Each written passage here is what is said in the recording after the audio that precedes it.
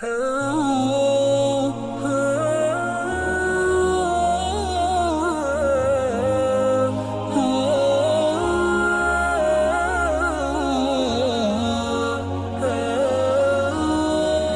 suatu waktu Rasulullah SAW didatangi asyraf, delegasi dari beberapa negara yang ingin mengenal apa itu agama Islam. Sehingga mereka datang ke rumah Rasulullah SAW membawa unta, kendaraan yang ketika itu kendaraan yang paling mahal mereka miliki. Itu untanya yang paling mewah. Diikat di depan rumah Rasulullah SAW. Tamunya pun masuk, duduk bersama Rasulullah SAW. Di depan rumah Rasulullah SAW ada beberapa sahabat. Ada Sayyiduna Hamzah. Kalian tahu Sayyidina Hamzah adalah orang yang pemberani. Ada Sayyiduna Umar.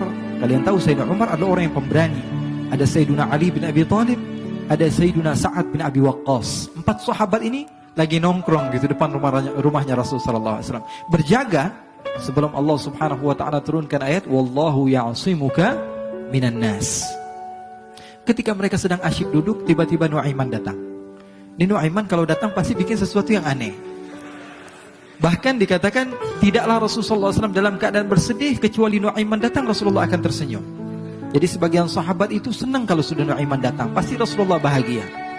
Tapi ketika itu Nuaiman datang, ingin duduk bareng-bareng Sayyidina Hamzah. Sayyidina Hamzah katakan kepada Nuaiman, bercanda begitu. Nuaiman, kamu lihat unta orang datang dari luar Arab ini.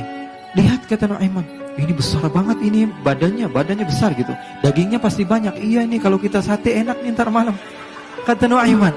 Kata Sayyidina Hamzah, apakah kamu berani? Kata Nuaiman, saya berani aja asal kalian gak bilang sama Rasulullah.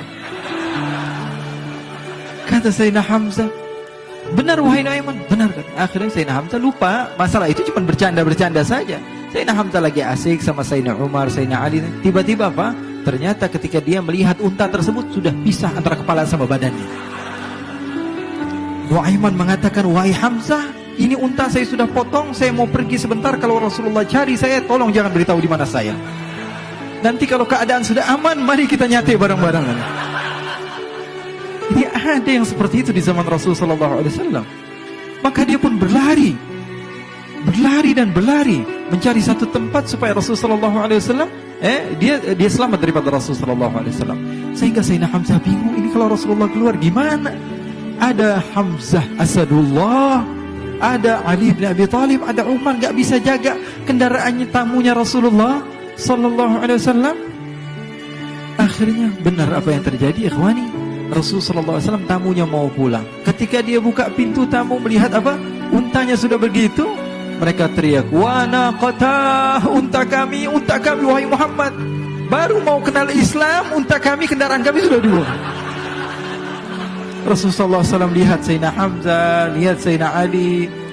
Mereka gak bisa ngomong, mereka hanya bilang apa? Nuaiman ya Rasulullah.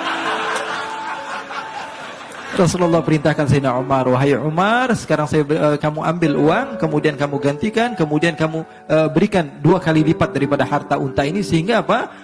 Agama Islam tidak didengar dengan sesuatu yang tidak baik di luar sana. Akhirnya diberikan harta, diberikan unta yang baru dan diberikan harta yang lebih untuk orang tersebut, sehingga orang tersebut tidak menjelek-jelekkan agama Islam. Kata Rasulullah SAW, dan sekarang waktunya kita balas dendam sama Nuaiman. Nuaiman ternyata berlari tempat yang jauh sampai hampir keluar dari kota Madinah. Dia dapatkan seorang sahabat Nabi yang hadir juga dalam peperangan Badar, namanya Al-Miqdad bin Al-Aswad. Siapa namanya? Al-Miqdad bin Al-Aswad ketika itu sedang menggali sumur. Ketika sedang menggali sumur, Nuaiman datang. Nuaiman katakan kepada Miqdad, wahai Miqdad, wahai sahabat Rasul, kamu orang yang hadir dalam peperangan Badar, kamu adalah orang yang hebat. Dipuji-puji sama Nuaiman. Ada maunya ini. Akhirnya dia bilang, wahai Miqdad, tolong saya. Kenapa wahai Nuaiman, kamu ini kekasihnya Rasulullah, orang yang disayang sama Rasulullah. Kenapa? Saya ini sedang dikejar-kejar orang jahat. Tolong selamatkan saya pengen masuk ke dalam sumur, boleh atau tidak? Kata Miqdad, siapa yang mengejar kamu? Pokoknya saya dikejar sama orang-orang. Kamu mau atau tidak selamatkan saya? Ya sudah, selagi kamu itu adalah sahabat Nabi, silahkan kamu masuk. Masuk akhirnya Nuaiman ke dalam sumur tersebut. Lalu Nuaiman mengatakan, wahai Miqdad, dia keluar lagi. Nanti kalau ada yang cari saya, tolong jangan beritahu saya di dalam sumur ya. Kata Miqdad, baiklah. Kata Nuaiman, siapapun yang bertanya tentang saya, kamu tidak akan kasih tahu? Iya, kata. Walaupun Rasulullah yang tanya saya? Katanya nggak mungkin Rasulullah datang ke tempat sejauh ini. Iya, walaupun Rasulullah. Akhirnya masuk Nuaiman. Setelah beberapa menit Rasulullah dan rombongan benar datang. Miqdad bingung ini. Ini kenapa Rasulullah datang ke RW kami ini? Ada apa ini Rasulullah sampai sejauh ini? Ditanya, ya Rasulullah, ada apa ya Rasulullah? Kata Rasulullah, saya cari Nuaiman. Di mana Nuaiman? Inna lillah, kata Miqdad. Nggak dijawab ini Rasulullah. Kalau dijawab saya ingkar janji. Akhirnya apa dia katakan? Wahai Rasulullah, mata saya tidak memandang kepada Nuaiman, tapi tangannya nunjuk ke dalam sumur. Sahabat.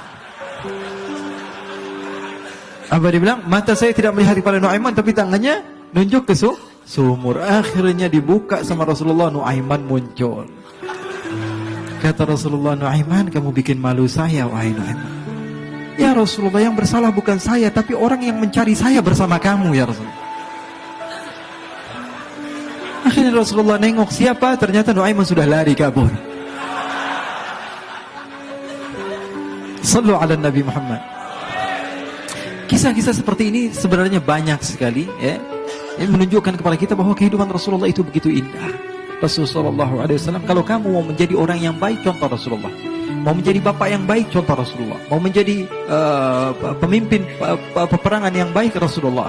Mau menjadi murid yang terbaik, contoh Rasulullah. Bagaimana akhlak Rasulullah. Mau menjadi suami yang baik, contoh Rasulullah. Dalam segala